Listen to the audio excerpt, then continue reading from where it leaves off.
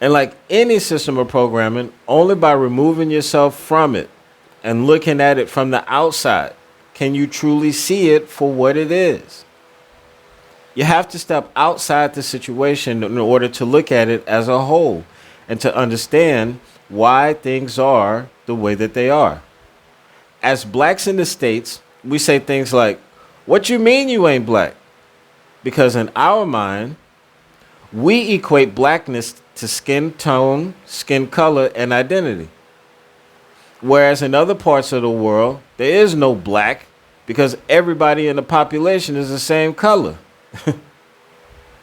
What's ironic is that the system inherited by Dominicans, in which they first identify as a united people, Dominican, and then after that, break it down by skin tone, rubia, negro, moreno, class, wawa, popi, rico, pobre, education, smart, dumb, etc. Ain't that amazing? I mean, just think about this for a second.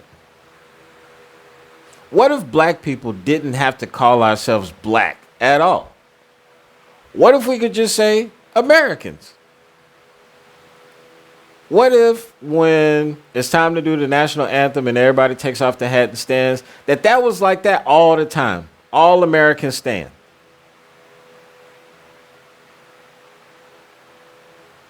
White Americans are also immigrants, right?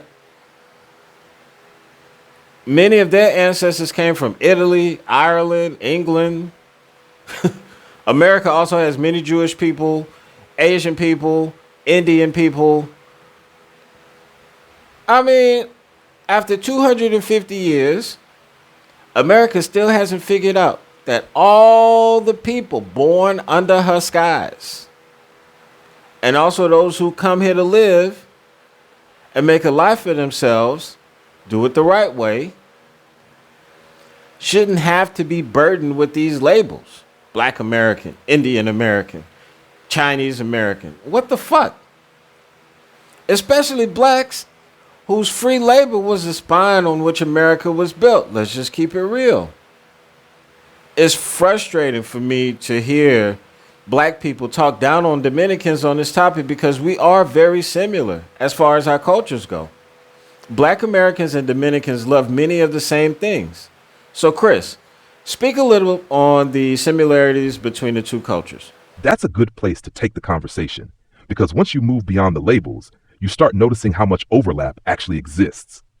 One thing I'd emphasize for the audience is that similarity does not mean identicality. Black Americans and Dominicans are not the same people, but there are enough cultural parallels that it's easy to see why many African Americans feel a connection when they visit the Dominican Republic. Let's start with family. Both cultures place enormous value on family networks.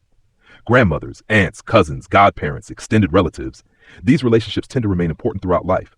In both communities, family isn't always just the people inside your house. It's often an entire support system. Second, music. You can put on old school soul, Motown, R&B, hip hop, gospel, bachata, merengue, or dembow, and immediately see a shared African influence in rhythm, improvisation, call and response patterns, dance, and musical expression. The styles are different, but many of the roots traveled across the Atlantic from West and Central Africa centuries ago. Third, resilience. This is something that often gets overlooked. Both communities have histories of surviving poverty, discrimination, political instability, economic hardship, and social exclusion. The specific experiences were different, but both cultures developed a reputation for finding joy, humor, music, food, and community, even in difficult circumstances. Fourth, language and expression.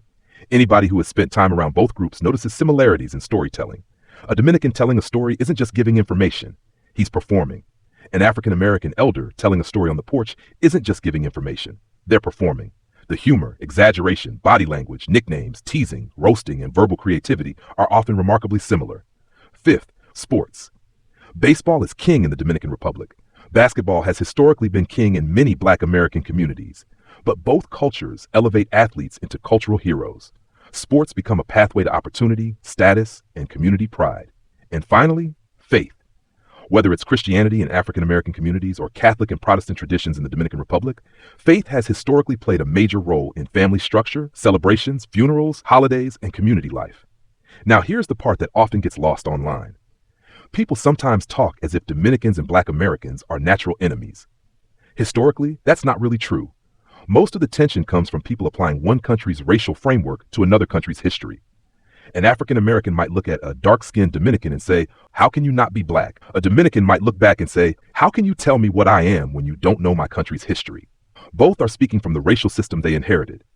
The irony is that if you put them in the same room and remove politics from the conversation, they often discover they have more in common than they expected. Family values, food culture, music, humor, religion, community pride, and a history of overcoming adversity. So while it's important not to erase real differences, it's also important not to ignore the similarities. Because if you spend enough time in Santo Domingo, Santiago, Atlanta, Houston, New Orleans, Miami, or New York, you eventually notice something. The conversation is often framed as what separates us, when a more interesting question might be, given our different histories, why do we recognize so much of ourselves in each other? Facts. So we'll leave it there. Let's call this part 1 of 5.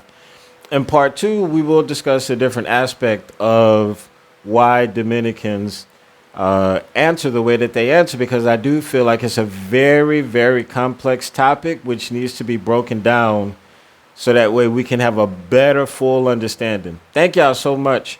And also thank you to Virtual Chris for his insight. And if you would like to talk with him or use him for dialogue to help you as far as whether you're thinking about moving to the Dominican Republic, whether you have, if you need information about living in the Dominican Republic or traveling here, things that you can do, places that you can go, etc. Virtual Chris is a custom AI agent that I designed. So if you would like to use him to talk with him, I will leave his link. He's through ChatGPT. I'll leave that in the description of this video. All right, that's all I got for this particular episode. If you made it to the end, leave me a fist in the comments, regardless of what your skin color is. If you're black, leave a black fist. If you're white, leave a white fist. If you're brown, leave a brown fist. If you're Asian, leave it. Y'all know what to do. Thank y'all so much for tuning in. A new episode of The Ram and the Dragon drops next Saturday. This is the book that I wrote. And I'm creating an audiobook version of it that I'm uploading to YouTube onto my channel. These are things that I'm passionate about. These are things that I love to do. So if you're with me, check it out. If not, stay tuned for a new episode of You Got 10 Minutes. Until then, stay safe, keep your head up, and stay down. Till next time, we out. Peace.